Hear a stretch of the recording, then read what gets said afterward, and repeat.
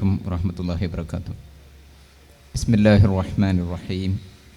അൽഹംദുലില്ലാഹി റബ്ബിൽ ആലമീൻ. വസ്സലാത്തു വസ്സലാമു അലാ അഷ്റഫിൽ മുർസലീൻ വഅലാ ആലിഹി വസഹ്ബിഹി അജ്മഈൻ. കേരളത്തിൻ്റെ വിദ്യാഭ്യാസ രംഗത്ത് ആഴത്തിലുള്ള പരിഷ്കരണങ്ങൾ നിർദ്ദേശിക്കുന്ന കേരള കരിക്കുലം ഫ്രെയിംവർക്ക് ജനകീയ ചർച്ചകൾ നടന്നു വരുന്ന സന്ദർഭത്തിൽ ഇതുമായി ബന്ധപ്പെട്ട പ്രതീക്ഷകളും ആശങ്കകളും പങ്കുവെക്കുന്ന വേദിയാണ് സമസ്ത കേരള സുന്നി യുവജന സംഘം സംസ്ഥാനത്തിൻ്റെ വിവിധ ഭാഗങ്ങളിൽ സംഘടിപ്പിച്ചു വരുന്നത്.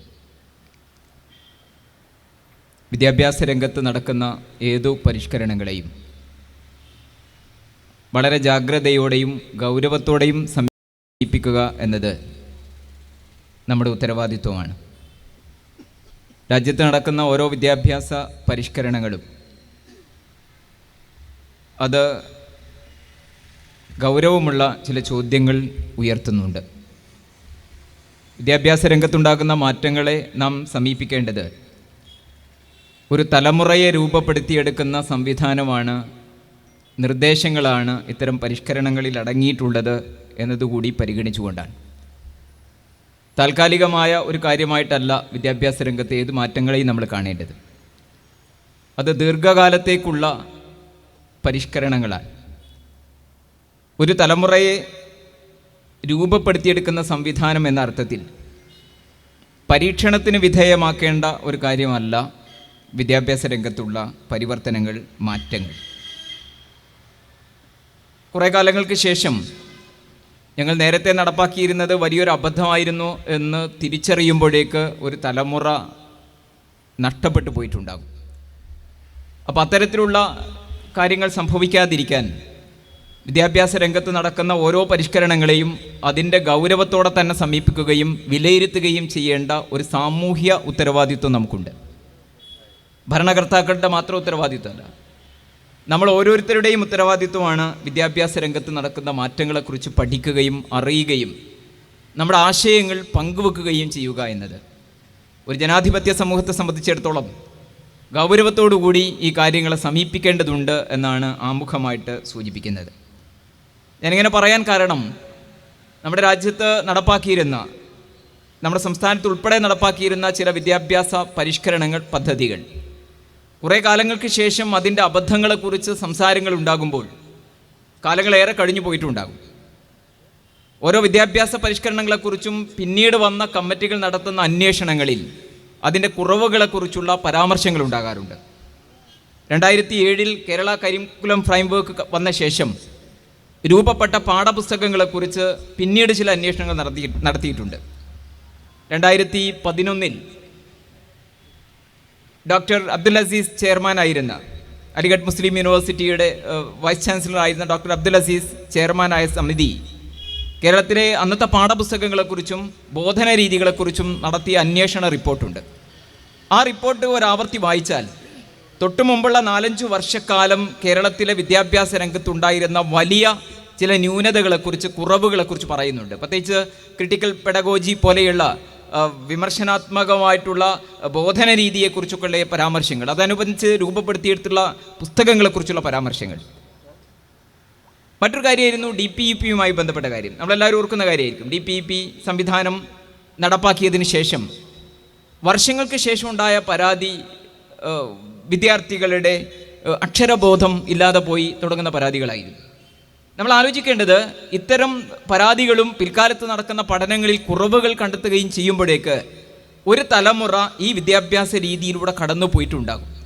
അവർക്കുണ്ടാകുന്ന നഷ്ടങ്ങൾ എവിടെയാണ് നികത്തപ്പെടുക? ഗൗരവത്തോടു കൂടി ഈ കാര്യങ്ങൾ ആലോചിക്കേണ്ടതുണ്ട്. അതുകൊണ്ടാണ് ഞാൻ പറയുന്നത്, വിദ്യാഭ്യാസ രംഗത്തുണ്ടാകുന്ന ഏത് പരിഷ്കാരങ്ങളും, ഏത് പരിഷ്കരണങ്ങളും, ഏത് പഠനങ്ങളും വളരെ ഗൗരവത്തോടെ തന്നെ നമ്മൾ സമീപിക്കേണ്ടതുണ്ട്. ഗുണമേന്മയുള്ള വിദ്യാഭ്യാസം ലഭിക്കുക എന്നത് ഒരു സാമൂഹികമായ ഉത്തരവാദിത്വമാണ്. ആ ഉത്തരവാദിത്വം നിർവഹിക്കുന്നതിൻ്റെ ഭാഗമായിട്ടാണ് നമ്മുടെ രാജ്യത്ത്, നമ്മുടെ സംസ്ഥാനത്തെ കരിക്കുലം ഫ്രെയിംവർക്കുകൾ രൂപപ്പെട്ടു വരുന്നത്. അതിൻ്റെ ബോധന രീതികളെക്കുറിച്ചും പാഠപുസ്തകങ്ങളെക്കുറിച്ചുമൊക്കെയുള്ള ചർച്ചകൾ നടക്കുന്നത്, ആ ചർച്ചകളിൽ ജനകീയ പങ്കാളിത്തം ആവശ്യപ്പെടുന്നത്. നമുക്കറിയാം കേരളത്തിൻ്റെ പൊതുവിദ്യാഭ്യാസ രീതി എന്ന് പറയുന്നത് ഏകദേശം 60 ലക്ഷത്തോളം വരുന്ന വിദ്യാർത്ഥികളെ ഉൾക്കൊള്ളുന്ന ഒരു വിശാലമായ സംവിധാനമാണ്. 2-2.5 ലക്ഷത്തോളം വരുന്ന അധ്യാപകരെ ഉൾക്കൊള്ളുന്ന വിശാലമായൊരു സംവിധാനമാണ്. ആ സംവിധാനത്തെക്കുറിച്ചും ആ വിദ്യാർത്ഥികളുടെ ഭാവിയെക്കുറിച്ചുമാണ് നമ്മൾ തീർച്ചയായിട്ടും ഈ സന്ദർഭങ്ങളിൽ ചർച്ച ചെയ്തുകൊണ്ടിരിക്കുന്നത്. ഇപ്പോൾ മുന്നോട്ട് വെച്ചിട്ടുള്ള കേരള കരിക്കുലം ഫ്രെയിംവർക്കിൻ്റെ കരട് രൂപം ഞാൻ നേരത്തെ സൂചിപ്പിച്ചതുപോലെ ഒരുപാട് പ്രതീക്ഷകളുള്ളതാണ്, അതോടൊപ്പം ഒരുപാട് ആശങ്കകളുള്ളതുമാണ്. ദേശീയ വിദ്യാഭ്യാസ നയത്തിൻ്റെ ചുവട് പിടിച്ചുകൊണ്ടാണ് ഇപ്പോൾ കേരളത്തിൽ ഇങ്ങനെയൊരു വിദ്യാഭ്യാസ പരിഷ്കരണം മുന്നോട്ട് വെക്കുന്നത്. കേരളത്തിൽ മാത്രമല്ല, രാജ്യത്തിൻ്റെ ഒട്ടുമിക്ക സംസ്ഥാനങ്ങളിലും ഇതേ സമയത്ത് തന്നെ അതാത് സംസ്ഥാനങ്ങളുടെ കരിക്കുലം ഫ്രെയിംവർക്കുകൾ രൂപപ്പെടുത്തിക്കൊണ്ടിരിക്കുന്നുണ്ട്. സാധാരണഗതിയിൽ NCF നാഷണൽ കരിക്കുലം ഫ്രെയിംവർക്ക് രൂപപ്പെടുകയും അതിനെ ചുവട് പിടിച്ചുകൊണ്ട് ഓരോ സംസ്ഥാനങ്ങളുടെയും കരിക്കുലം ഫ്രെയിംവർക്കുകൾ രൂപപ്പെടുകയും ചെയ്യുക എന്നതാണ് പതിവ് രീതി. പക്ഷേ ഈ പ്രാവശ്യം NCF രൂപപ്പെട്ടിട്ടില്ല, അതിൻ്റെ മാൻഡേറ്റ് മാത്രമാണ് തയ്യാറാക്കിയിട്ടുള്ളത്. 2005 നാഷണൽ കരിക്കുലം ഫ്രെയിംവർക്ക് രൂപപ്പെടുകയും അതിനെ തുടർന്ന് കേരളത്തിൽ 2007 KCF രൂപപ്പെടുത്തുകയും ചെയ്തിട്ടുണ്ട്. ആ KCFിലൂടെയാണ് ഇപ്പോൾ നമ്മൾ പോയിക്കൊണ്ടിരിക്കുന്നത്. ഞാൻ പറയുന്നത് ദേശീയ തലത്തിൽ തന്നെ ഇപ്പോൾ ദേശീയ വിദ്യാഭ്യാസ നയത്തിൻ്റെ ചുവട് പിടിച്ചുകൊണ്ട് എല്ലാ സംസ്ഥാനങ്ങളിലും ഇതുപോലെയുള്ള പരിഷ്കരണങ്ങൾ നടന്നു വരികയാണ്. കേരളീയ സമൂഹത്തെ സംബന്ധിച്ചിടത്തോളം വിദ്യാഭ്യാസ രംഗത്തെ വളരെ ഗൗരവത്തോടെ കാണുന്ന, വിദ്യാഭ്യാസ രംഗത്ത് വളരെ മുന്നോട്ട് പോയി എന്ന് അവകാശപ്പെടുന്ന സംസ്ഥാനത്ത് നടക്കുന്ന ഈ മാറ്റങ്ങൾ ഒരു ജനകീയ ചർച്ചയിലൂടെ രൂപപ്പെട്ടു വരുന്നു എന്നതാണ് അതിൻ്റെ വളരെ പോസിറ്റീവായിട്ട് നമുക്ക് കാണാൻ പറ്റുന്നൊരു കാര്യം. ജനകീയ ചർച്ചകൾക്ക് വേണ്ടി 4 കരിക്കുലം ഫ്രെയിംവർക്കുകൾ നമ്മുടെ മുന്നിൽ വെച്ചിട്ടുണ്ട്. ശൈശവ വിദ്യാഭ്യാസത്തെക്കുറിച്ച്, സ്കൂൾ വിദ്യാഭ്യാസത്തെക്കുറിച്ച്, അതുപോലെ അധ്യാപക വിദ്യാഭ്യാസത്തെക്കുറിച്ച്, മുതിർന്നവരുടെ വിദ്യാഭ്യാസത്തെക്കുറിച്ച്, ഇങ്ങനെ 4 കരിക്കുലം ഫ്രെയിംവർക്കുകൾ ഇപ്പോൾ ചർച്ചയ്ക്ക് വേണ്ടി നമ്മുടെ മുന്നിലുണ്ട്. നമ്മൾ ആലോചിക്കേണ്ടത് 15 വർഷത്തിന് ശേഷമാണ് കേരളത്തിൽ ഇങ്ങനെയൊരു കരിക്കുലം ഫ്രെയിംവർക്ക് രൂപപ്പെടുന്നത്. ഞാൻ പറഞ്ഞല്ലോ, 2005 NCFനെ അടിസ്ഥാനപ്പെടുത്തി 2007 കേരളത്തിലെ കരിക്കുലം ഫ്രെയിംവർക്ക് നിലനിൽക്കുന്ന KCF ഇപ്പോൾ നമ്മൾ അനുഭവിച്ചുകൊണ്ടിരിക്കുന്ന KCF നമ്മുടെ മുന്നിലുള്ളത്. ഇതിനുശേഷം കാതലായ മാറ്റങ്ങൾ ഉണ്ടായിട്ടില്ല. 2013 ചെറിയ ചില പരിഷ്കരണങ്ങൾ വന്നു എന്നതൊഴിച്ചാൽ അടിസ്ഥാനപരമായ മാറ്റങ്ങൾ ഇതിനിടയിൽ ഉണ്ടായിട്ടില്ല. നമ്മൾ ആലോചിക്കേണ്ടത് ഈ 1.5 ദശാബ്ദത്തിനിടയിൽ വളരെ ഗൗരവമുള്ള, വളരെ കാതലായ മാറ്റങ്ങൾ നമ്മുടെ സാമൂഹ്യ രംഗത്തുണ്ടായിട്ടുണ്ട്, സാംസ്കാരിക രംഗത്തുണ്ടായിട്ടുണ്ട്, ജീവിത നിലവാരത്തിലുണ്ടായിട്ടുണ്ട്. ഇങ്ങനെ നമ്മളൊരു പാൻഡമിക് സിറ്റുവേഷൻ കൂടി കടന്നു പോയിട്ടുണ്ട്. ഈ കാലത്തൊക്കെ ഉണ്ടായ മാറ്റങ്ങൾ ഉൾപ്പെടെ നമ്മുടെ ജീവിത രീതിയിലുണ്ടായിട്ടുള്ള വലിയ മാറ്റങ്ങൾ, ഈ 1.5 ദശാബ്ദം എന്ന് പറയുന്നത് ഇപ്പോൾ നമ്മൾ കാണേണ്ടത് അത് വളരെ വലിയൊരു കാലമാണ്. കാലത്തിൻ്റെ വേഗതയെക്കുറിച്ച് നമ്മളെപ്പോഴും പരാതിപ്പെട്ടുകൊണ്ടിരിക്കുന്ന ആൾക്കാരാണല്ലോ. രാജ്യത്ത് ഒരുപക്ഷെ അതിവേഗം വിദ്യാഭ്യാസ രംഗത്തെ പരിഷ്കരണങ്ങൾ നടക്കേണ്ടതുണ്ട്. ദൗർഭാഗ്യവശാൽ വളരെ വൈകിയുള്ള അന്വേഷണങ്ങളും പഠനങ്ങളുമാണ് ഈ മേഖലയിൽ നടക്കാറുള്ളത്. അപ്പോൾ നമ്മുടെ രാജ്യത്ത് തന്നെ എടുത്ത് പരിശോധിക്കുക. ഏറ്റവും സമഗ്രമായി സ്വതന്ത്ര ഇന്ത്യയിൽ നടന്ന വിദ്യാഭ്യാസ രംഗത്തെ പഠന റിപ്പോർട്ട് എന്ന് പറയുന്നത് 1966 കൊത്താരി കമ്മീഷൻ റിപ്പോർട്ടാണ്. 1964 മുതൽ 66 വരെയുള്ള പഠനങ്ങൾ. 66 കൊത്താരി കമ്മീഷൻ റിപ്പോർട്ടിന് ശേഷം പിന്നീടൊരു സമഗ്രമായ പഠനം വരുന്നത് 20 വർഷത്തിന് ശേഷമാണ്. 1986 രാജീവ് ഗാന്ധിയുടെ കാലത്ത് ഉണ്ടായിരുന്ന ദേശീയ വിദ്യാഭ്യാസ നയം. ഈ 1986 നിന്ന് പിന്നൊരു ദേശീയ വിദ്യാഭ്യാസ നയം വരുന്നത് ഇപ്പോൾ നമ്മൾ അനുഭവിക്കുന്ന 2020 NEP ആണ്, നാഷണൽ എഡ്യൂക്കേഷൻ പോളിസിയാണ്. നമ്മൾ ആലോചിക്കേണ്ടത് ഇത്രയും കാലത്തെ ദൈർഘ്യം, ഇത്രയും കാലത്തെ വ്യത്യാസം, ഇതിനിടയിൽ സാമൂഹ്യ രംഗത്ത് എത്ര വലിയ മാറ്റങ്ങൾ ഉണ്ടായിട്ടുണ്ടാകും. 2007 ശേഷം ഇപ്പോഴാണ് നമ്മുടെ കേരളം വിദ്യാഭ്യാസ രംഗത്തെ ഒരു അഴിച്ചുപണിയിലേക്ക്, സമഗ്രമായൊരു പരിഷ്കരണത്തിലേക്ക് പോകുന്നത്.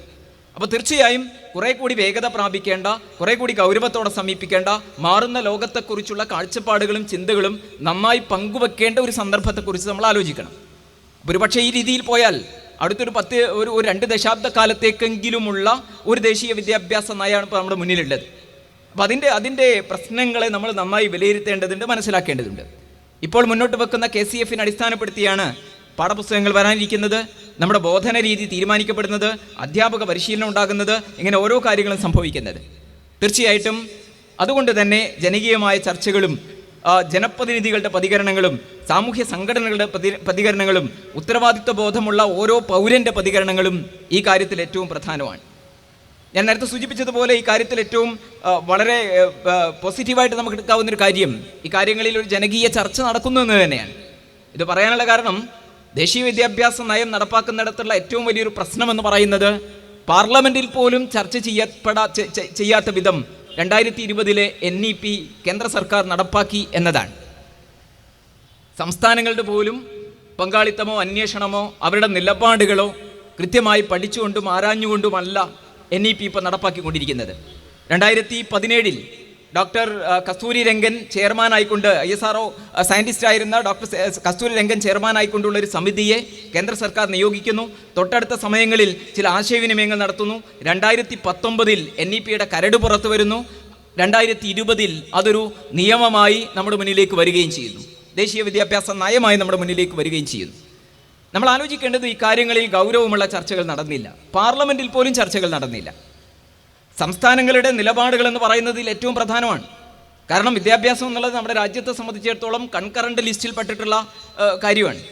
അതും വൈകിയാണ് ഉണ്ടാകുന്നത്. രാജ്യം സ്വാതന്ത്ര്യം പ്രാപിച്ച് ആദ്യഘട്ടങ്ങളിൽ ഭരണഘടന രൂപപ്പെട്ടു വരുന്ന സമയങ്ങളിൽ വിദ്യാഭ്യാസം എന്ന് പറയുന്നത് നമ്മുടെ രാജ്യത്തെ സംസ്ഥാനങ്ങളുടെ വിഷയമാണ്, സംസ്ഥാനത്തിൻ്റെ കാര്യമാണ്. സംസ്ഥാന സർക്കാരുകളാണ് അതിലെ നിലപാടുകളും കാര്യങ്ങളും സ്വീകരിച്ച് മുന്നോട്ട് പോയിരുന്നത്. 1976 വരെ ഈ ഒരു നിലപാടാണ് രാജ്യത്ത് സ്വീകരിച്ചിരുന്നത്. അതിന് കാരണമുണ്ട്. കാരണം രാജ്യത്തിൻ്റെ വൈവിധ്യത്തെ ഉൾക്കൊണ്ടുകൊണ്ട് തന്നെയാണ് അത് സംസ്ഥാനങ്ങളുടെ വിഷയമായി നമ്മുടെ ഭരണഘടനാ ശില്പികൾ അംഗീകരിച്ചിട്ടുള്ളത്. കേരളത്തിലുണ്ടാകുന്ന വിദ്യാഭ്യാസ നയമോ രീതിയോ അല്ല രാജസ്ഥാന് വേണ്ടത്, അതല്ല കാശ്മീരിന് വേണ്ടത്, അതല്ല ബീഹാറിന് വേണ്ടത്. അത്രയധികം വൈവിധ്യങ്ങൾ നമ്മുടെ നാട്ടിലുണ്ട്. സാമൂഹിക തലത്തിൽ, സാംസ്കാരിക രംഗത്ത്, ഇങ്ങനെ എല്ലായിടത്തും വൈവിധ്യങ്ങളുള്ള ഒരു രാജ്യത്തെ സംബന്ധിച്ചിടത്തോളം ഒരു ഏകശിലാത്മകമായിട്ടുള്ള ഒരു പഠന രീതി, വിദ്യാഭ്യാസ രീതി എന്ന് പറയുന്നത് അപ്രായോഗികമാണ്. ഈ അപ്രായോഗികത ഉൾക്കൊണ്ടതുകൊണ്ട് തന്നെയാണ് ഭരണഘടനാ ശില്പികൾ സംസ്ഥാനത്തിൻ്റെ വിഷയമായി വിദ്യാഭ്യാസത്തെ കണ്ടത്. ദീർഘകാലം അങ്ങനെയായിരുന്നു. 1976 ഇന്ദിരാഗാന്ധിയുടെ കാലത്താണ് അത് കൺകറന്റ് ലിസ്റ്റിലേക്ക് വരുന്നത്. എന്ന് പറഞ്ഞാൽ സംസ്ഥാനത്തിനും കേന്ദ്രത്തിനും പങ്കാളിത്തമുള്ള ഒരു രീതിയിൽ വിദ്യാഭ്യാസത്തെ ആവിഷ്കരിക്കുന്നത്. 1986 നാഷണൽ എഡ്യൂക്കേഷൻ പോളിസി വന്ന ശേഷം കേന്ദ്ര സർക്കാരിൻ്റെതായ വിദ്യാഭ്യാസ സംരംഭങ്ങൾ വരുന്നുണ്ട്. നമുക്കറിയാം, ആ കാലത്താണ് നവോദയ വിദ്യാലയം പോലെയുള്ള സംവിധാനങ്ങൾ വരുന്നത്. പിന്നീട് നമുക്കറിയാം, ഇപ്പോൾ 2020 NEP വരുന്ന സമയത്ത് കുറേ കൂടി കേന്ദ്രീകരണം വരുന്നു എന്നത് നമ്മൾ അല്പം ഗൗരവത്തോടെയും അതിൻ്റെ അപകടത്തെ തിരിച്ചറിഞ്ഞുകൊണ്ട് തന്നെ കാര്യങ്ങൾ മനസ്സിലാക്കേണ്ടതുണ്ട്. രാജ്യത്തിൻ്റെ വിദ്യാഭ്യാസ രീതി ഏകീകരിക്കുക, അതിൽ അമിതമായ കേന്ദ്രീകരണത്തിലേക്ക് കൊണ്ടുവരിക എന്നത് ഏറ്റവും അപകടം പിടിച്ചിട്ടുള്ളൊരു കാര്യമാണ്. അതിലുണ്ടാകുന്ന ദൂരവ്യാപകമായ പ്രത്യാഘാതങ്ങൾ ഞാൻ അതിൻ്റെ വിശദാംശങ്ങളിലേക്ക് പോകുന്നില്ല. ഞാൻ പറയാൻ ഉദ്ദേശിച്ച കാര്യം, ഇത്രയും ഗൗരവത്തോടെ സമീപിക്കേണ്ട, കൺകറന്റ് ലിസ്റ്റിൽപ്പെട്ട, അല്ലെങ്കിൽ ദീർഘകാലം നമ്മുടെ രാജ്യത്തിൻ്റെ സംസ്ഥാനങ്ങളുടെ പ്രശ്നമായി മാത്രം ഉണ്ടായിരുന്ന വിദ്യാഭ്യാസ കാര്യത്തിൽ ഒരു നയം പ്രഖ്യാപിക്കുമ്പോൾ ജനകീയമായ ചർച്ചകളുണ്ടായില്ല. പാർലമെൻറ്റ് അംഗങ്ങൾക്ക് പോലും അവരുടെ അഭിപ്രായങ്ങൾ പറയാനുള്ള അവസരമുണ്ടായില്ല എന്ന് പറഞ്ഞാൽ അത് രാജ്യത്തെ സംബന്ധിച്ചിടത്തോളം, നമ്മുടെ ജനാധിപത്യ സംവിധാനത്തെ സംബന്ധിച്ചിടത്തോളം വലിയ അപകടമടക്കുന്ന ഒരു കാര്യം തന്നെയാണ്. ഇവിടെ തീർച്ചയായിട്ടും കേരള കരിക്കുലം ഫ്രെയിംവർക്ക് രൂപപ്പെടുത്തുന്ന സമയത്ത് ജനകീയമായ ചർച്ചകൾ ഉയർത്തിക്കൊണ്ടുവരാൻ സർക്കാർ തയ്യാറാകുന്നു എന്നത് നാം വളരെ സന്തോഷത്തോടു കൂടി കാണേണ്ട കാര്യമാണ്. അത് ഈ കാര്യത്തിൽ മാത്രമല്ല, 2007 ഞാൻ നേരത്തെ സൂചിപ്പിച്ച നിലനിൽക്കുന്ന KCF രൂപപ്പെടുത്തുന്ന സമയത്തും സംസ്ഥാന സർക്കാർ ഇത്തരത്തിലുള്ള കാര്യങ്ങൾ ചെയ്തിരുന്നു. അന്ന് 14 ഫോക്കസ് ഗ്രൂപ്പുകൾ രൂപീകരിച്ചുകൊണ്ട് ആവശ്യമായിട്ടുള്ള പഠനങ്ങൾ നടത്തിയിട്ടുണ്ട്, ചർച്ചകൾ നടത്തിയിട്ടുണ്ട്. ഇന്നത്തേതുപോലെ കുറേ കൂടി താഴോട്ടിറങ്ങിയുള്ള ചർച്ചകൾ നടന്നില്ലെങ്കിൽ പോലും ഒരു ഘട്ടത്തിലുള്ള ചർച്ചകളൊക്കെ അവിടെ പൂർത്തീകരിച്ചിട്ടുണ്ട്. തീർച്ചയായിട്ടും ഈ ചർച്ചകളെല്ലാം നന്നായി പഠനവിധേയമാക്കിക്കൊണ്ട് തന്നെ ആവശ്യമായ പരിഷ്കരണങ്ങൾ വരും എന്നാണ് നമ്മൾ പ്രതീക്ഷിക്കേണ്ടത്. പക്ഷേ നേരത്തെ ഞാൻ പറഞ്ഞല്ലോ, NEP രൂപപ്പെടുത്തുന്ന സമയത്ത് 2019 അതിൻ്റെ കരട് പുറപ്പെടുവിച്ച ശേഷം അതിന് ചർച്ചയ്ക്ക് ഓൺലൈൻ പ്ലാറ്റ്ഫോം വഴിയുള്ള ചർച്ചയ്ക്ക് അവസരങ്ങളുണ്ടായിരുന്നു. ഏകദേശം 2 ലക്ഷത്തോളം പ്രതികരണങ്ങൾ കിട്ടിയെന്നാണ് കേന്ദ്ര സർക്കാർ പറയുന്നത്. പക്ഷെ ആ പ്രതികരണങ്ങൾ എത്രത്തോളം നിലനിൽക്കുന്ന ദേശീയ വിദ്യാഭ്യാസ നയത്തിൽ പ്രതിഫലിച്ചിട്ടുണ്ട് എന്നത് നമ്മൾ ഉയർത്തേണ്ട ഒരു ചോദ്യമാണ്. ഒരു വഴിക്ക് അന്വേഷണങ്ങളും പഠനങ്ങളും ജനകീയ ചർച്ചകളും നടക്കുന്നു, മറുവശത്ത് ചുട്ടെടുത്ത് രൂപപ്പെടുത്തിയിട്ടുള്ള ഫ്രെയിംവർക്കുകളും നയങ്ങളും നടപ്പാക്കുകയും ചെയ്യുന്നു. ഇത് അപകടം പിടിച്ചൊരു കാര്യമാണ്. കേരളത്തിൻ്റെ വിദ്യാഭ്യാസ കാര്യങ്ങളിൽ അങ്ങനെയൊന്നും ഉണ്ടാകില്ല എന്ന പ്രതീക്ഷയോടുകൂടി നമുക്ക് മുന്നോട്ട് പോകാം. അത് മാത്രമേ സംബന്ധിച്ച് പറയാൻ സാധിക്കുകയുള്ളൂ. ഏതായാലും വളരെ ശ്രദ്ധേയമായിട്ടുള്ള ഒരുപാട് ആശയങ്ങളും നിർദ്ദേശങ്ങളും ഇതിനകത്തുണ്ട്. ഗൗരവമുള്ള ആശങ്കപ്പെടേണ്ട കാര്യങ്ങളുണ്ട്. അത് ഇൻഷാ അല്ലാഹ് അതിൻ്റെ വിശദമായിട്ടുള്ള ചർച്ചകൾ വിഷയാവതരണത്തിൽ മുഹമ്മദ് വിശദമായിട്ട് സൂചിപ്പിക്കും. ഞാനിതിൻ്റെ കൂടുതൽ കാര്യങ്ങളിലേക്ക് പോകുന്നില്ല. ഔപചാരികമായിട്ടുള്ള തുടക്കം കുറിക്കുക മാത്രമാണ് ഞാൻ ഉദ്ദേശിക്കുന്നത്. എടുത്തു പറയേണ്ട ചില കാര്യങ്ങൾ, ഞാൻ രണ്ട് നയങ്ങളെയും രണ്ട് റിപ്പോർട്ടുകളെയും ചേർത്ത് പറയുന്നത് ബോധപൂർവമാണ്. NEP-യിലെ പരാമർശിച്ചുകൊണ്ട് മാത്രമേ നമുക്ക് KCF-നെ കുറിച്ച് സംസാരിക്കാൻ പറ്റുള്ളൂ. കാരണം അതിനെ ചുവട് പിടിച്ചുകൊണ്ടാണ് ഒരു വിദ്യാഭ്യാസ രേഖ, രാജ്യത്ത് ഏത് രീതിയിലുള്ള വിദ്യാഭ്യാസ നയമാണ് നടപ്പാക്കേണ്ടത് എന്ന് കേന്ദ്ര സർക്കാർ തീരുമാനിച്ചു കഴിഞ്ഞിട്ടുണ്ട്. അതിൻ്റെ ചുവട് പിടിച്ചുകൊണ്ടാണ് ഈ കാര്യങ്ങൾ നടക്കുന്നത് എന്നതുകൊണ്ട് രണ്ടും ചേർത്ത് തന്നെ നമ്മൾ വായിക്കണം. ദേശീയ വിദ്യാഭ്യാസ നയത്തിൽ ഇല്ലാതെ പോയ ചില കാര്യങ്ങളെ, ഏറ്റവും ഗൗരവപൂർവ്വം പരിഗണിക്കേണ്ട ചില കാര്യങ്ങളെ കേരളത്തിലെ കരിക്കുലം ഫ്രെയിംവർക്ക് പരിഗണിച്ചിട്ടുണ്ട് എന്നതാണ് നമുക്കിവിടെ പ്രതീക്ഷയോടുകൂടി പറയാൻ പറ്റുന്നൊരു കാര്യം. അത് രാജ്യത്തിൻ്റെ അടിസ്ഥാനവുമായി ബന്ധപ്പെട്ടതാണ്, ഭരണഘടനാ മൂല്യങ്ങളുമായി ബന്ധപ്പെട്ട കാര്യമാണ്. ഇപ്പം ഏറ്റവും പ്രകടമായിട്ടുള്ള ഉദാഹരണം, മതേതരത്വത്തെക്കുറിച്ച്, മതനിരപേക്ഷതയെക്കുറിച്ച് ദേശീയ വിദ്യാഭ്യാസ നയം ഒരു വരി പോലും പരാമർശിക്കുന്നില്ല. നമ്മൾ ആലോചിക്കേണ്ടത് രാജ്യത്തിൻ്റെ അടിസ്ഥാന മൂല്യങ്ങളാണ്, രാജ്യത്തിൻ്റെ നിലനിൽപ്പുമായി ബന്ധപ്പെട്ട കാര്യമാണ്, രാജ്യത്തിൻ്റെ വൈവിധ്യവുമായി ബന്ധപ്പെട്ട കാര്യമാണ്. സെക്യുലറിസം എന്നതുമായി ബന്ധപ്പെട്ട ഒരാശയം പോലും NEP 2020 മുന്നോട്ട് വെക്കുന്നില്ല. ഇവിടെ നമുക്ക് പ്രതീക്ഷയോടെ പറയാം, കേരള കരിക്കുലം ഫ്രെയിംവർക്ക് രൂപപ്പെടുന്ന സമയത്ത് മതനിരപേക്ഷതയെക്കുറിച്ച് സംസാരിക്കുന്നുണ്ട്, ബഹുസ്വരതയെക്കുറിച്ച് സംസാരിക്കുന്നുണ്ട്, സൗഹൃദ പാരമ്പര്യത്തെക്കുറിച്ച് സംസാരിക്കുന്നുണ്ട്, നമ്മുടെ രാജ്യം പുലർത്തിപ്പോരുന്ന ചരിത്രപരമായ നമ്മുടെ ഹെറിറ്റേജിനെ കുറിച്ച് സംസാരിക്കുന്നുണ്ട്. ഇങ്ങനെ രാജ്യത്തിൻ്റെ അടിസ്ഥാന മൂല്യങ്ങളെക്കുറിച്ച് ഭരണഘടന മുന്നോട്ട് വെക്കുന്ന ആശയങ്ങളെ പരിരക്ഷിച്ചുകൊണ്ടുള്ള ഒരു വിദ്യാഭ്യാസ രീതിയായിരിക്കും, ഒരു കരിക്കുലമായിരിക്കും കേരളത്തിൽ രൂപപ്പെടുത്തിയെടുക്കുക എന്ന് ആവർത്തിച്ച് KCF പറയുന്നു എന്നത് നമുക്ക് പ്രതീക്ഷയുള്ളൊരു കാര്യമാണ്. സാമൂഹിക തിന്മകളെക്കുറിച്ചുള്ള ധാരാളം പരാമർശങ്ങളുണ്ട്. പ്രത്യേകിച്ച് ലഹരി ഉൾപ്പെടെയുള്ള കാര്യങ്ങളെക്കുറിച്ച് നമ്മൾ വളരെ ഗൗരവത്തോട് ആലോചിക്കുന്ന കാലത്ത് അതിനെതിരായിട്ടുള്ള വിദ്യാർത്ഥികളെ ബോധവൽക്കരിക്കാൻ, ക്ലാസ് റൂമുകളിലൂടെ അവർക്ക് അത്തരം കാര്യങ്ങളെക്കുറിച്ചുള്ള ബോധം നിർമ്മിക്കാൻ ആവശ്യമായിട്ടുള്ള പരാമർശങ്ങൾ KCF-നകത്തുണ്ട്. പക്ഷെ ഇവിടെ ഒരു വൈരുദ്ധ്യം നിലനിൽക്കുന്നുണ്ട്. ആ വൈരുദ്ധ്യം ഒരു ലിബറൽ സമൂഹത്തെ സൃഷ്ടിക്കാൻ പറ്റുന്ന വിധത്തിലുള്ള പരാമർശങ്ങൾ കൂടി ഇതിനകത്ത് ഉൾച്ചേർന്നിരിക്കുന്നു എന്നതാണ്. അമിതമായ സ്വാതന്ത്ര്യത്തെക്കുറിച്ച് ഒരു വശത്ത് സംസാരിക്കുന്നു, തോന്നിയതുപോലെ ജീവിക്കാനുള്ള അവസരം സൃഷ്ടിക്കുന്ന വിദ്യാഭ്യാസ രീതിയും അതിൻ്റെ പരിസരങ്ങളും നിർമ്മിക്കപ്പെട്ടുകൊണ്ടിരിക്കുന്നു. മറുവശത്ത് സാമൂഹ്യ തിന്മകളെക്കുറിച്ചും സംസാരിക്കുന്നു. ഈ വൈരുദ്ധ്യത്തെ നമ്മൾ തിരിച്ചറിയേണ്ടതുണ്ട്. ഏതായാലും സാമൂഹിക തിന്മകൾക്കെതിരെ വിദ്യാർത്ഥികളെ പ്രാപ്തമാക്കുന്നത് സംബന്ധിച്ച പരാമർശങ്ങൾ, രക്ഷാകർതൃ വിദ്യാഭ്യാസം സംബന്ധിച്ച പരാമർശങ്ങൾ കേരളത്തിൻ്റെ കരിക്കുലം ഫ്രെയിംവർക്കിൽ വളരെ പ്രാധാന്യത്തോടു കൂടി രക്ഷാകർതൃ വിദ്യാഭ്യാസത്തെക്കുറിച്ച് പറയുന്നുണ്ട്. അത് ഏറ്റവും പ്രധാനമാണ്. അതിൽ വളരെ വളരെ ആകർഷകമായി തോന്നിയൊരു കാര്യം, രക്ഷിതാക്കളിലുള്ള പ്രതിഭാത്വം, അവരുടെ കഴിവുകൾ, അതൊരു സ്കൂൾ പരിസരത്ത് പ്രയോജനപ്പെടുത്തുന്നതുമായിട്ട് ബന്ധപ്പെട്ടതാണ്. ഇപ്പോൾ സ്കൂൾ കാര്യങ്ങളിലെ ഡീസെൻട്രലൈസേഷൻ, വികേന്ദ്രീകരണത്തെക്കുറിച്ച് നല്ല ആശയങ്ങൾ കേരളത്തിൽ മുന്നോട്ട് വെച്ചിട്ടുണ്ട്. പക്ഷേ ഇതോട് ചേർത്ത് നമ്മളൊരു കാര്യം കൂടി, ചില ആശങ്കകൾ കൂടി കാണേണ്ടതുണ്ട്. ആർക്കും എപ്പോഴും ഇടപെടാവുന്ന, ആർക്കും കയറി മേയാവുന്ന ഒരിടമായിട്ട് നമ്മുടെ വിദ്യാലയങ്ങളോ വിദ്യാഭ്യാസ രീതിയോ മാറാൻ പാടില്ല. ഞാനിത് പറയാനുള്ളൊരു കാര്യം, NEP മുന്നോട്ട് വെക്കുന്നിടത്ത് ചാരിറ്റബിൾ ഓർഗനൈസേഷന് വിദ്യാലയങ്ങളിൽ ഇടപെടാനുള്ള അവസരത്തെക്കുറിച്ച് പറയുന്നുണ്ട്. ഇപ്പോൾ ചാരിറ്റി ഓർഗനൈസേഷനുകൾക്ക് ധാരാളം അവസരങ്ങളെക്കുറിച്ച്, ചാരിറ്റി ഓർഗനൈസേഷനുകളും വിദ്യാഭ്യാസ രംഗങ്ങളും ചേർന്നു പോകേണ്ടതിനെക്കുറിച്ച് പറയുന്നുണ്ട്. അവിടെ ഒളിഞ്ഞിടിക്കുന്ന ചില അജണ്ടകളുണ്ട്. ആ അജണ്ടകൾ ഒരിക്കലും നമ്മുടെ പ്രാദേശിക വിദ്യാഭ്യാസ രംഗത്തേക്ക് കടന്നു വന്നുകൂടാ. ഇപ്പോൾ കഴിഞ്ഞ ഏകദേശം എനിക്ക് തോന്നുന്നു ഈ സമീപകാലത്ത് ഒരു മാസം മുമ്പ് പ്രധാനമന്ത്രി ഉദ്ഘാടനം ചെയ്തിട്ടുള്ളൊരു പദ്ധതിയാണ് വിദ്യാഞ്ജലി എന്ന പേരിലുള്ളൊരു പദ്ധതി. ആ പദ്ധതി പ്രകാരം ഏതൊരു ചാരിറ്റബിൾ ഓർഗനൈസേഷനും അല്ലെങ്കിൽ ഒരു സന്നദ്ധ സംഘടനക്കും ഒരു വിദ്യാലയത്തിൻ്റെ ഇൻഫ്രാസ്ട്രക്ചർ ഒരുക്കുന്നിടത്ത് ഇടപെടാൻ പറ്റും. വിദ്യാഞ്ജലി എന്ന വെബ്സൈറ്റിൽ ഒന്ന് രജിസ്റ്റർ ചെയ്യാൻ വേണ്ടതുള്ളൂ. അപ്പോൾ നമുക്ക് ഒരു സന്നദ്ധ സംഘടനക്ക് വേണമെങ്കിൽ ഒരു പ്രദേശത്തിൽ ഒരു സ്കൂളിന് അതിൽ വെബ്സൈറ്റിൽ രജിസ്റ്റർ ചെയ്യാം, സന്നദ്ധ സംഘടനകൾക്കും രജിസ്റ്റർ ചെയ്യാം. താല്പര്യമുണ്ടെങ്കിൽ ഒരു പ്രദേശത്തിൻ്റെ വിദ്യാഭ്യാസ രംഗത്തെ ഇൻഫ്രാസ്ട്രക്ചർ ഒരുക്കുന്നിടത്തും അതിൻ്റെ പ്രവർത്തനങ്ങളിലും ഇടപെടാൻ ഈ സന്നദ്ധ സംഘടനക്ക് അവസരം ഒരുക്കുന്നതാണ് വിദ്യാഞ്ജലി പദ്ധതി. കേട്ടാൽ വളരെ സുന്ദരമായിട്ടൊരു പ്രയോഗമാണ്.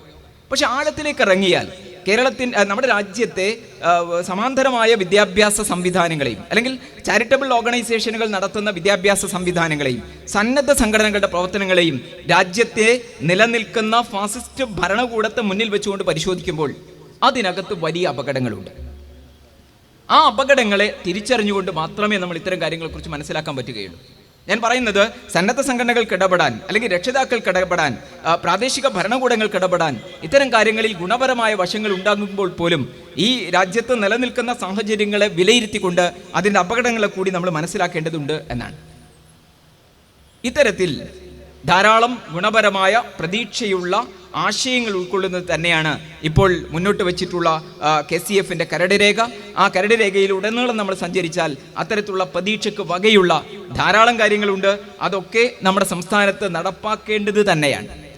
അതേസമയം വളരെ അപകടം പിടിച്ചിട്ടുള്ള, വളരെ ആശങ്കയോട് കൂടെ കാണേണ്ട ഒരുപാട് കാര്യങ്ങൾ കൂടി അതിനകത്തേക്ക് കടന്നു വരുന്നു.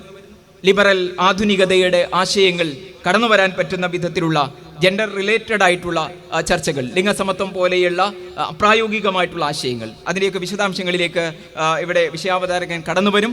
ആ ആശങ്കകൾ കൂടി നമ്മൾ മനസ്സിലാക്കുകയും ആ ആശങ്കകളെ പരിഹരിച്ചുകൊണ്ട് അതിലെ വളരെ മികച്ച ആശയങ്ങൾ ഉൾക്കൊണ്ടുകൊണ്ട് കേരളത്തിൻ്റെ ഭാവിയെ നിർണ്ണയിക്കുന്ന ഒരു വിദ്യാഭ്യാസ പദ്ധതി നടപ്പാകും എന്ന് നമ്മൾ പ്രതീക്ഷിക്കുകയാണ്.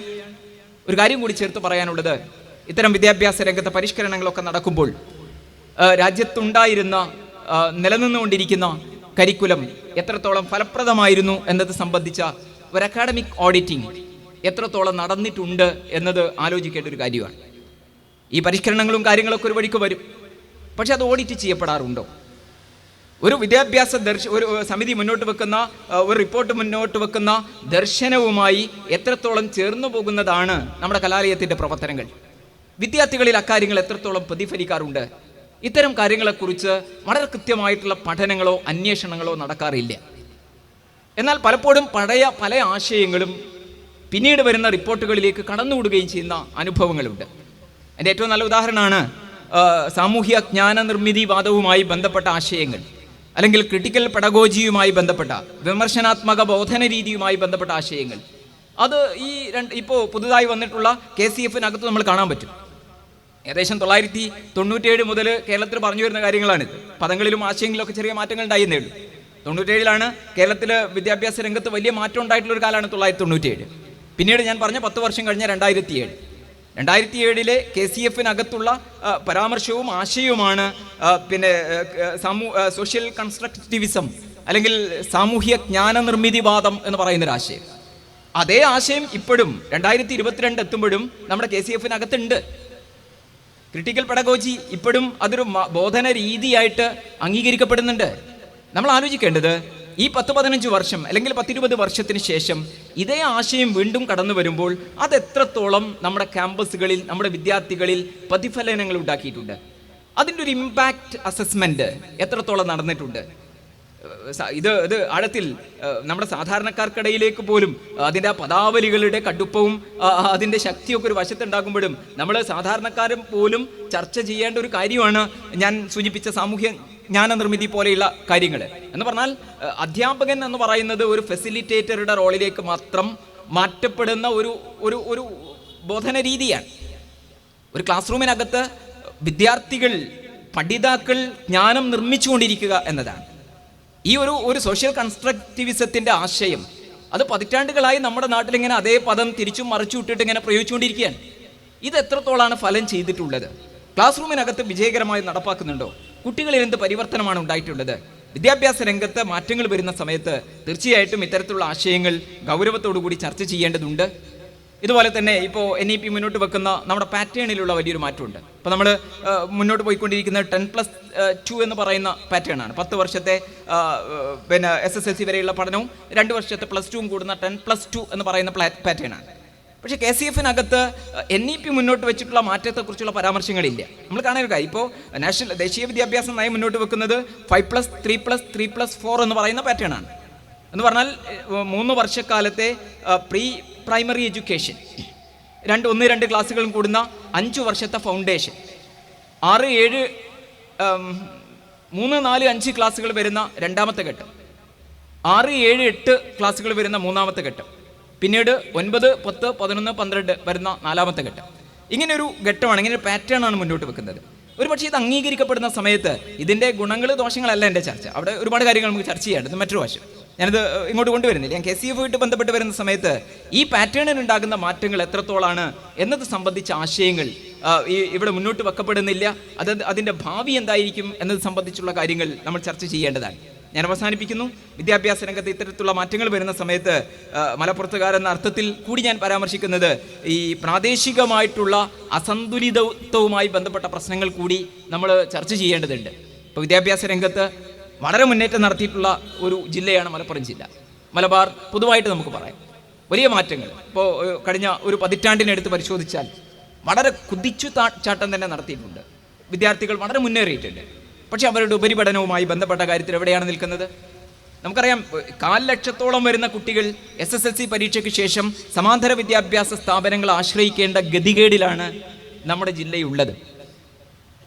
അൺഎയ്ഡഡ് കോഴ്സുകൾ കൂടി കടിഞ്ഞ് അതിൻ്റെയും പുറത്തുള്ള സമാന്തര വിദ്യാഭ്യാസ രംഗത്തേക്ക് പോകേണ്ട അവസ്ഥയാണുള്ളത്. 80-85% +2 മാർക്ക് വാങ്ങിയാൽ പോലും സംസ്ഥാനത്തെ ഒരു എയ്ഡഡോ അൺഎയ്ഡഡോ ആയിട്ടുള്ള കോളേജിൽ അഡ്മിഷൻ കിട്ടാൻ കുട്ടികൾക്ക് അവസരമില്ല. ഇത്രയും വലിയ അസമത്വം പലപ്പോഴും ആവർത്തിച്ച് പറഞ്ഞിട്ടുള്ള കാര്യം തന്നെയാണിത്. ദക്ഷിണ കേരളത്തിലൊക്കെ ധാരാളം സീറ്റുകൾ ഒഴിഞ്ഞു കിടക്കുന്ന സമയത്ത് നമുക്കതിന് അവസരങ്ങളില്ല. ഇപ്പോൾ കഴിഞ്ഞ ദിവസം വായിച്ചൊരു പ്രധാനപ്പെട്ട കണ്ണൂർ യൂണിവേഴ്സിറ്റിക്ക് കീഴിലുള്ള ധാരാളം ഡിഗ്രി സീറ്റുകൾ ഒഴിഞ്ഞു കിടക്കുന്നു എന്നാണ്. നമ്മളെ കുട്ടികളെ കുറിച്ച് ആലോചിക്കണം. 80-85-90% മാർക്ക് വാങ്ങിയാൽ പോലും ഒരു കോളേജിൽ അഡ്മിഷൻ കിട്ടുക എന്നത് സാധ്യമല്ലാത്തൊരു കാലത്ത് നമ്മുടെ ജില്ലയിലുള്ള കോളേജുകൾ എടുത്ത് പരിശോധിച്ചാൽ ഒരുപാട് കോളേജുകൾ സെൽഫ് ഫൈനാൻസിങ് മേഖലയിലുള്ളതാണ്. അതുകൂടി ഉൾപ്പെടുത്തിയാലും കുട്ടികൾക്ക് പഠിക്കാൻ അവസരം കിട്ടാത്തൊരു കാലത്ത് ഈ അസന്തുലിതത്വത്തെക്കുറിച്ച് കൂടി അതുകൂടി നമ്മൾ പ്രശ്നവൽക്കരിക്കേണ്ടതുണ്ട്. വിദ്യാഭ്യാസ രംഗത്തുള്ള ഇത്തരത്തിലുള്ള അസന്തുലിതത്വങ്ങൾ ഗൗരവമുള്ള പ്രശ്നങ്ങളിലേക്ക് തന്നെ കൊണ്ടുപോകുന്നതാണ്. ഏതായാലും ഞാൻ അവസാനിപ്പിക്കുന്നു. വിദ്യാഭ്യാസ രംഗത്ത് നടക്കുന്ന ഏതു മാറ്റങ്ങളെയും ഗൗരവത്തോടെ പരിഗണിക്കുകയും അത് പരിഗണിച്ചുകൊണ്ടുള്ള ഒരു നിയമനിർമ്മാണവും പിന്നെ പാഠ്യപദ്ധതികളും ഒക്കെയാണ് മുന്നോട്ട് വരേണ്ടത്. അത്തരത്തിൽ നമ്മുടെ സംസ്ഥാനത്ത് പരിവർത്തനങ്ങൾ ഉണ്ടാകും, മാറ്റങ്ങൾ ഉണ്ടാകും. ശുഭകരമായിട്ട് ഈ ചർച്ചകളെയൊക്കെ വളരെ നല്ല രൂപത്തിൽ പരിഗണിച്ചുകൊണ്ട് സർക്കാർ മുന്നോട്ട് പോകും എന്ന പ്രതീക്ഷയോടുകൂടി നമുക്ക് ഇത്തരം ചർച്ചകൾ കൂടുതൽ ജനകീയമാക്കുകയും കൂടുതൽ താഴെത്തട്ടിലേക്ക് ഇറങ്ങുകയും ചെയ്യേണ്ടതുണ്ട്. ഈ ഡിസംബർ മാസത്തോടുകൂടി നവംബർ 30 ചർച്ചകൾ പൂർത്തീകരിച്ച് ഡിസംബറിൽ അതിൻ്റെ കരട് പ്രഖ്യാപിക്കുമെന്നാണ് പറയുന്നത്. 2025-26 അധ്യയന വർഷത്തോടുകൂടി 2 ഘട്ടങ്ങളിലായി പുതിയ പാഠപുസ്തകങ്ങൾ വരുമെന്നാണ് പറയുന്നത്. വളരെ ധൃതി പിടിച്ചുകൊണ്ട് അടുത്ത മാർച്ചിൻ്റെയും ഒക്ടോബറിൻ്റെയും ഇടയിൽ പുതിയ പാഠപുസ്തകങ്ങളുടെ രചനകൾ നടക്കും. അടുത്ത അധ്യയന വർഷത്തോടുകൂടി 1ാം ഘട്ടത്തിലുള്ള പുസ്തകങ്ങൾ കടന്നു വരും. ഇത്തരം ഒരുപാട് കാര്യങ്ങൾ കടന്നു വരുന്നു. അപ്പോൾ ഈ കാര്യങ്ങളെയൊക്കെ വളരെ നന്നായി ഉൾക്കൊള്ളാനും ചർച്ച ചെയ്യാനും പൊതുസമൂഹത്തിന് ഉത്തരവാദിത്വമുണ്ട്, ബാധ്യതയുണ്ട്. ഒരു സാമൂഹികമായ ഉത്തരവാദിത്വമാണ് വിദ്യാഭ്യാസ രംഗത്തുള്ള ചർച്ചകൾ എന്നുകൂടി സൂചിപ്പിച്ചുകൊണ്ട് ഞാൻ അവസാനിപ്പിക്കുന്നു. ബിസ്മില്ലാഹിർ റഹ്മാനിർ റഹീം എന്ന വിശുദ്ധ വാക്യത്തിൽ ഈ പരിപാടിയുടെ ഉദ്ഘാടന ക്രമം നിർവഹിച്ചതായി അറിയിച്ച് വാഹിർ ദഅവാന അൽഹംദുലില്ലാഹി റബ്ബിൽ ആലമീൻ. അസ്സലാമു അലൈക്കും വറഹ്മത്തുള്ളാഹി.